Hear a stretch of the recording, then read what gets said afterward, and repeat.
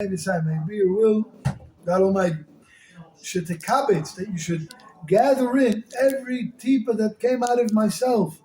Oy mikol b'nei Yisrael. Or from any year, anyway.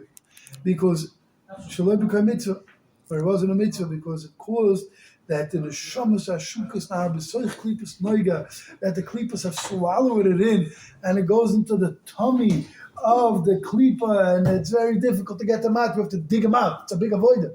So when a person chas v'chalila is not makbar in kedushas habris, I'm being hey, listen, mikri loyla, we already know that the Nachman taught us 2 Torahs of Kutmaran. That's an easy jiffy. Nebuch Matzis, the Zohar Kodesh says Mefurish. Gemara says, Chazal tell us, Mahar Bayoim, if a person didn't keep his mind clean by night, guaranteed by night something will happen. Well, the Maisa, you do tshuva right away, you do the Tikun Klali, you go to the mikveh, you cry to the Eivishter, that's much easier. If a fellow deliberately goes and tries to dirty himself, chas v'chalila, those teepers go so deep. And it's mamish, avada, big avoida, like we said yesterday. Of course, it's tikkun, but it's an avoida that we have to do. And part of the tikkun is, like we said from the tshuva, from the Rambam, that you have to make a short stop in what you're doing, right? And stop the avera, and avad, you have to have charot, you have to have kabbalah laws. First thing is, a person has to understand, let's stop causing arichas hagolos. Let's stop causing that the shefa, which is supposed to, there's a seder, how the shefa comes into the world, then not only that, dinim are created.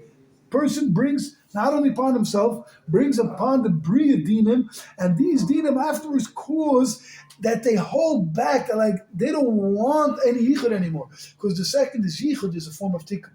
Once things start flowing in the right manner through the yichud, upon him, a person, when the Eivishter's Hashpah is coming down in a proper oifen, they lose their in Yiddish we say, ois kaplitschmacher. They lose already their status of being, something, because Kozman that is dinim, they're running and they're keeping all the shefa, the spheres, they're like pushing away the yisoid from the malchus. Like, no, we're loving it. We're getting major courses of fresarai over here, the klipas. They don't want when everything goes to the right place, because then they lose out in their shefa. So they mamish gang up and they cause a big period. But once we knock them out, and we focus on being holy and being focused on Yichud Hashem and the proper way that the Eibishter made it that it should be. So then Avada, this is how we create it. It should be a shefa, and this is how we create, right? That it should be not a delayed golus, but so much more. How we want the golus to become hasten the gula. So eventually, I think for today, the Metzia says that we understand now a little bit how all these stars come about. Because Pashut, we're messing up the Seder, like we said, and we're avoiding the yichud of what's called Yisoid Malchus, which is the Iker yichud. We're smashing the yichud of the Shefa.